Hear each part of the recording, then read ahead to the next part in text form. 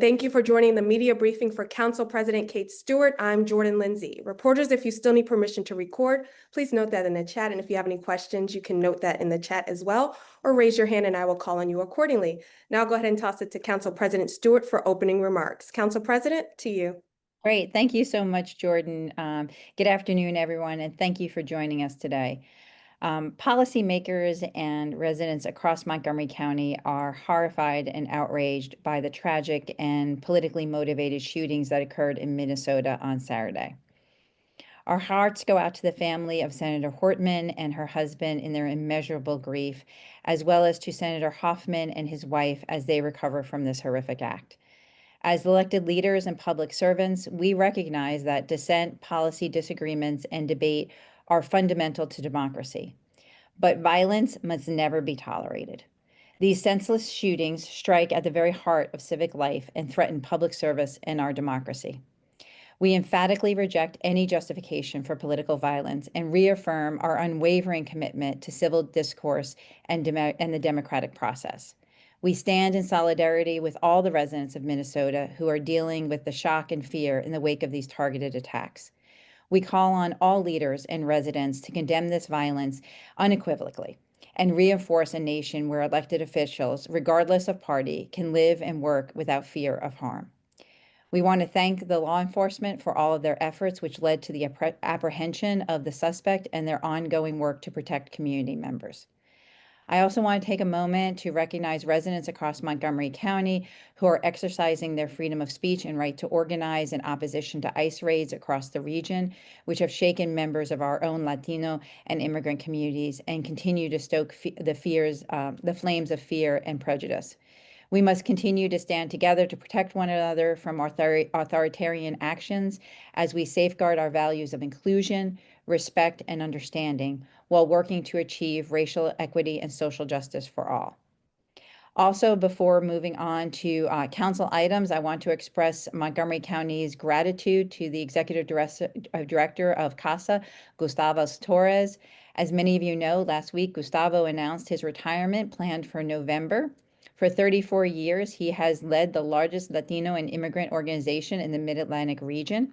It has been my pleasure to work with Gustavo as a council member, mayor of the city of Tacoma Park, and as a county council member and as a friend on so many human rights issues that have made a profound difference in the lives of our Latino and immigrant community members.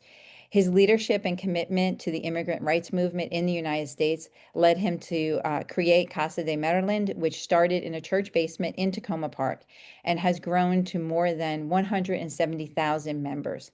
Gustavo's lifetime of work has helped shape our diverse community, which is committed to recognizing diversity, promoting racial equity and social justice, and protecting the rights of all people. While the council will formally recognize Gustavo's achievements at a later date, I wanted to highlight how much his legacy means to all of us and all the residents of our county.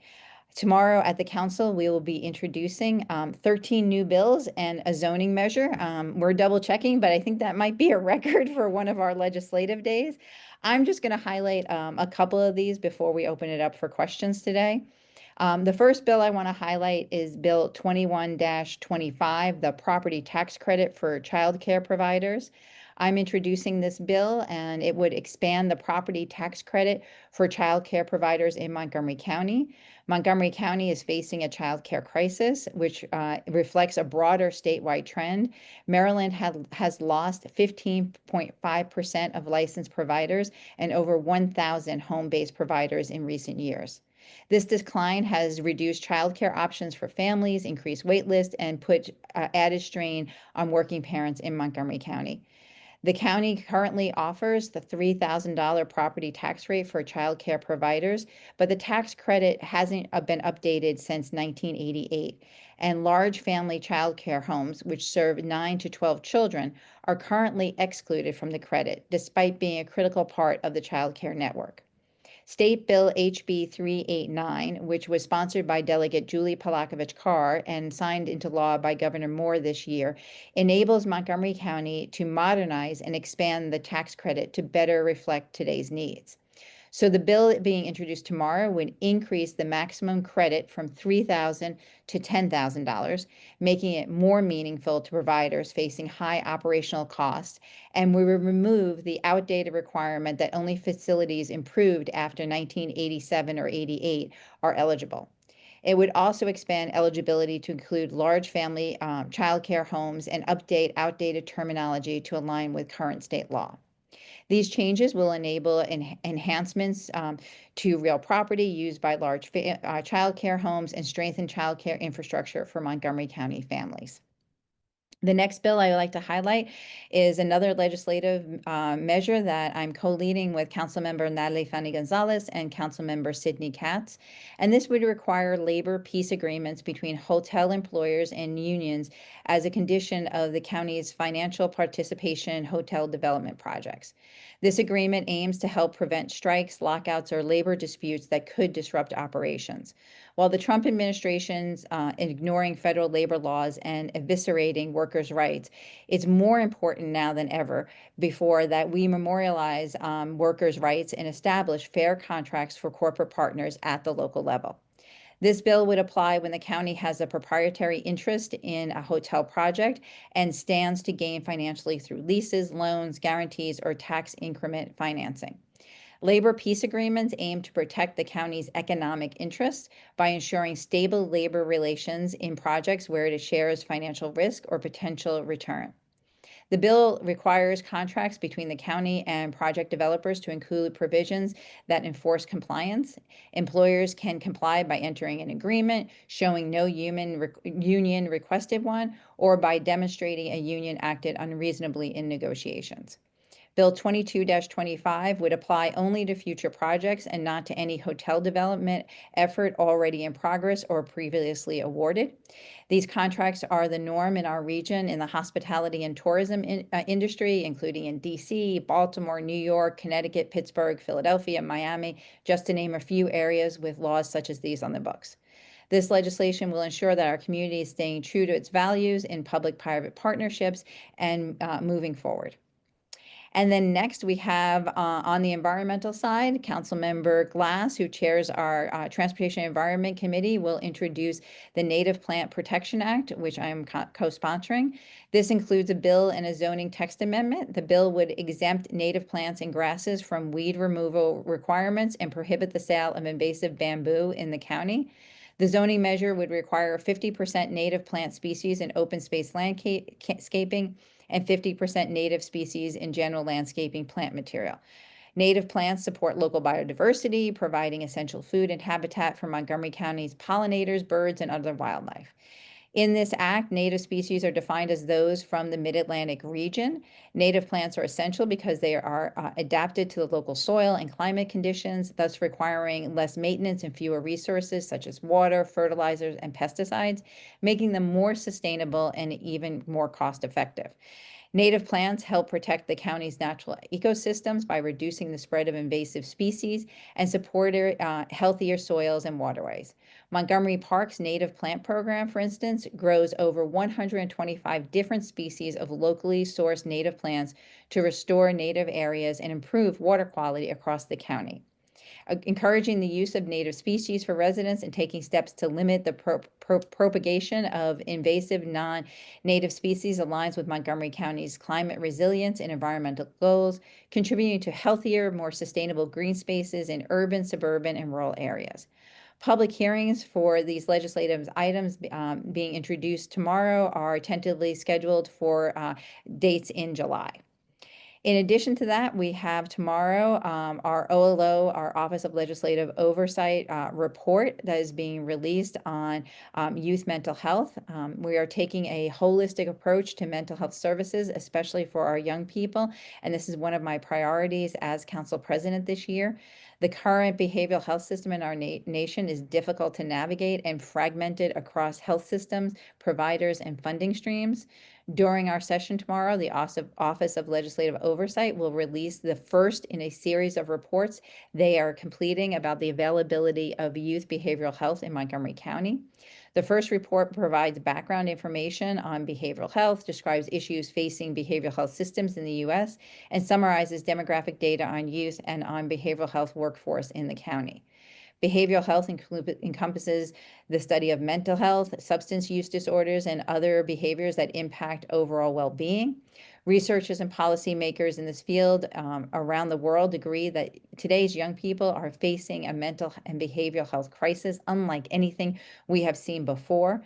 And this was already steadily growing even before the COVID-19 pandemic. A few data points that I can share with you ahead of the release tomorrow are important when we're talking about youth behavioral health in the county. Within the county's more than 1 million residents, almost 321,000 or 30% are 24 years old or younger, the age by which 50% of young people will be affected by a mental health disorder. Within MCPS's 160,000 students enrollment, 70% of the students are 14 years or younger, the age at which 50% of lifetime mental health disorders will begin.